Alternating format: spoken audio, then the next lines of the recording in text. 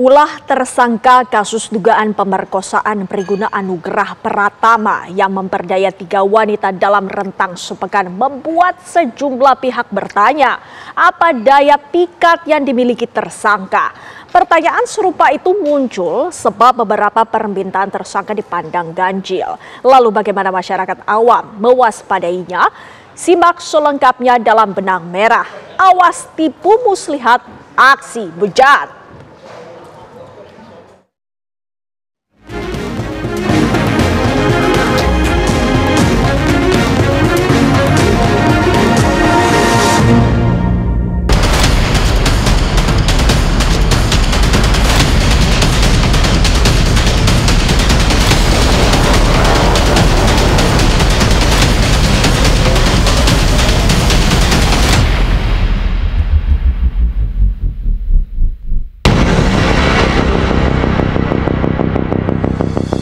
Tersangka kasus dugaan pelecehan seksual Dr. Priguna Anugrah Pratama seperti memiliki daya magis menghipnotis 3 korbannya. Diyakini tersangka tidaklah serampangan membidik calon korbannya. Sebab salah-salah malah bisa jadi bumerang buat dirinya. Pengalaman tersangka berjumpa banyak pasien dengan beragam tipikal ditengarai, sedikit banyak mengasah kelihayan mengincar target. Sebetulnya kalau tersangka mencari korbannya itu random aja dia. Random, dia dengan berbagai dalih, kemudian berusaha menarik calon korbannya agar mau mengikuti apa kemauannya. Dari 3 kasus yang sudah kita lakukan pemeriksaan dari keterangan korban, itu ada yang dalihnya bahwa dia akan melakukan analisa anestesi terhadap korban. Bermodal paras meyakinkan, ditopang ragawi yang terbilang ideal di mata sebagian orang, plus berpredikat dokter, Priguna boleh jadi tidak kesulitan mengelabui calon mangsanya.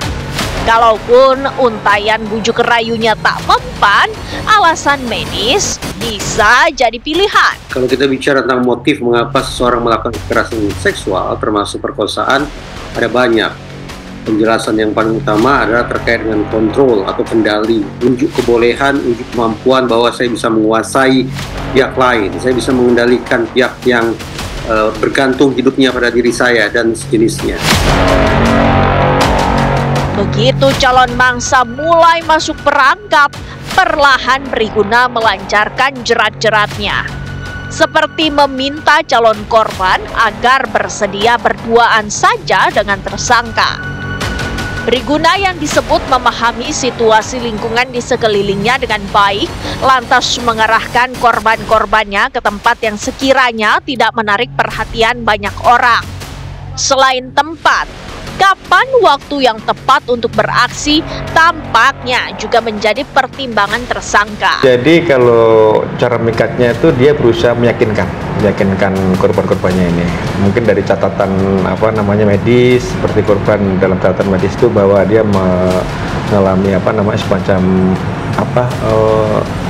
alergi terhadap obat bius, sehingga meyakinkan si korban bahwa perlu dilakukan untuk tes terhadap alerginya, sejauh mana alergi daripada korban ini dengan obat bius. Kemudian untuk ruangan itu dari beberapa kasus itu 3 kasus yang sudah kita lakukan pemeriksaan itu ruangannya itu saja.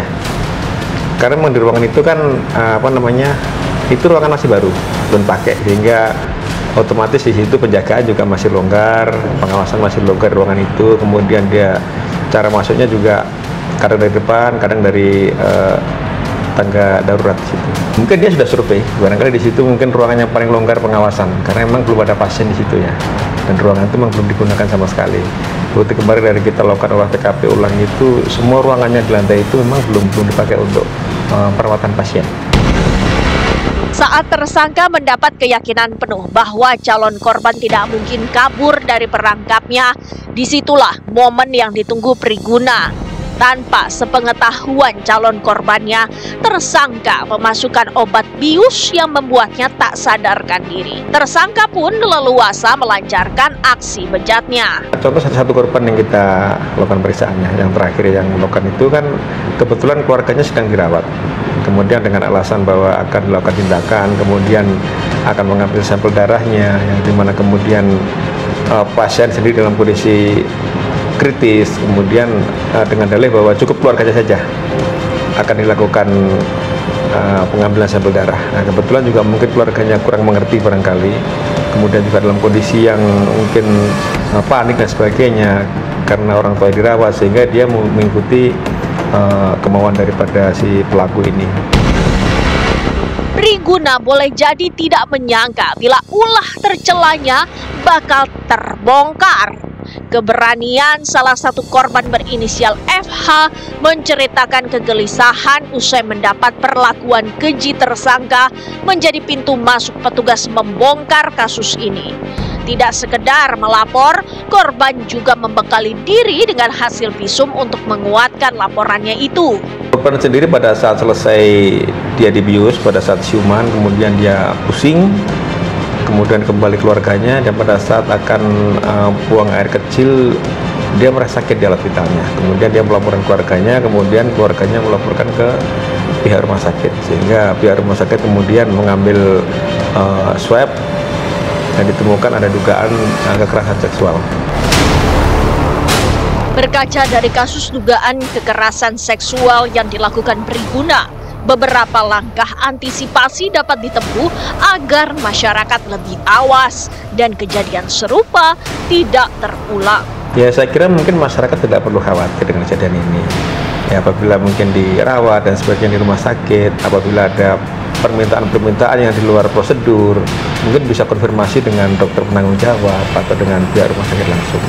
Apakah benar itu memang prosedur dari rumah sakit atau bukan? Ya, mungkin dari korban juga harus sering konsultasi dengan pihak-pihak resmi di rumah sakit ya. Saya pikir penting untuk dipertimbangkan secara serius bahwa ketika anggaplah dokter melakukan penanganan terhadap pasien, dokter tidak pernah bekerja sendirian. Dia selalu didampingi oleh perawat ataupun dokter yang lain ataupun perwakilan dari keluarga pasien. Intinya sekali lagi, tidak membiarkan ada dokter atau mungkin juga perawat yang melakukan penanganan sendirian. Keberadaan orang lain diharapkan akan bisa menangkal terjadinya perbuatan-perbuatan tidak profesional. Tersandung kasus dugaan pemerkosaan terhadap 3 perempuan, Briguna harus menanggung akibatnya. Kini, Briguna tampaknya harus melupakan mimpi menjadi dokter ahli anestesi setelah pihak kampus memecatnya dari peserta program pendidikan dokter spesialis.